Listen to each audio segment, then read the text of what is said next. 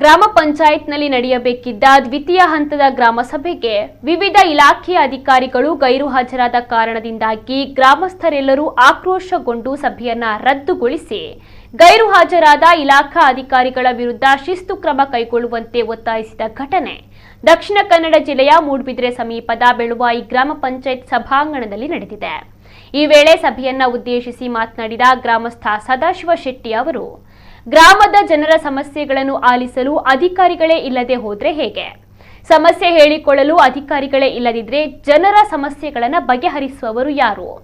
ಅಧಿಕಾರಿಗಳು ಇಲ್ಲದಿದ್ರೆ ಗ್ರಾಮ ಸಭೆ ಎಂಬುದು ಯಾಕೆ ಎಂದು ನೋಡೆಲ್ ಅಧಿಕಾರಿಯನ್ನ ಪ್ರಶ್ನಿಸಿದರು।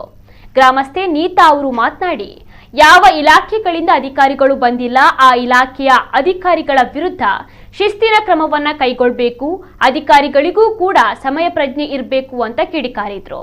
ಇನ್ನು ಗ್ರಾಮಸ್ಥರ ಪ್ರಶ್ನೆಗಳಿಗೆ ನೋಡೆಲ್ ಅಧಿಕಾರಿಯಾಗಿ ಭಾಗವಹಿಸಿದ ದೈಹಿಕ ಶಿಕ್ಷಣ ಪರಿವೀಕ್ಷಕ ನವೀನ್ ಪುತ್ರನ್ ಅವರು ಮಾತನಾಡಿ, ಗ್ರಾಮಸ್ಥರ ಸಮಸ್ಯೆಗಳಿಗೆ ಪರಿಹಾರ ಸೂಚಿಸಲು ಅಧಿಕಾರಿಗಳು ಅತಿ ಅಗತ್ಯವಾಗಿ ಬರಬೇಕಾಗಿರುತ್ತದೆ।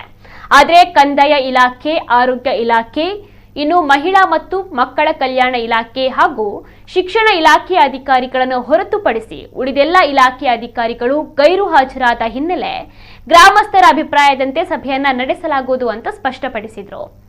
ಪಂಚಾಯತ್ ಅಧ್ಯಕ್ಷೆ ಸುಶೀಲಾ ಅವರು ಮಾತನಾಡಿ, ಗ್ರಾಮಸ್ಥರಲ್ಲಿ ಸಭೆ ನಡೆಯಬೇಕೇ ಬೇಡವೇ ಎಂದಾಗ ಗ್ರಾಮಸ್ಥರು ಸರ್ವಾನುಮತದಿಂದ ಸಭೆಯನ್ನ ರದ್ದುಗೊಳಿಸುವಂತೆ ತಿಳಿಸಿದರು। ಗ್ರಾಮಸ್ಥರ ಅಭಿಪ್ರಾಯದಂತೆ ಸಭೆಯನ್ನ ರದ್ದುಗೊಳಿಸಲಾಗಿದೆ।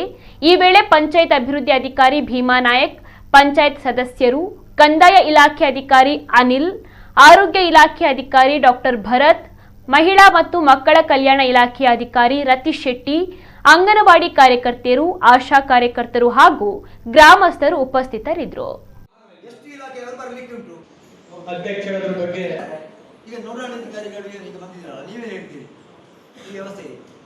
ಇಲ್ಲದೆ ಕೆಲವು ಇಲಾಖೆಗಳ ಮಾಹಿತಿಗಳನ್ನು ಎಲ್ಲರಿಂದ ಕೊಡಲಿಕ್ಕೆ ಸಾಧ್ಯ ಆಗುವುದಿಲ್ಲ, ಆಯಾ ಇಲಾಖೆಗಳೇ ಕೊಡಬೇಕಾಗ್ತದೆ। ಆಯಾ ಸಮಯಕ್ಕೆ ಬರಬೇಕು, ಎಲ್ಲರೂ ಹಾಜರಿರಬೇಕು।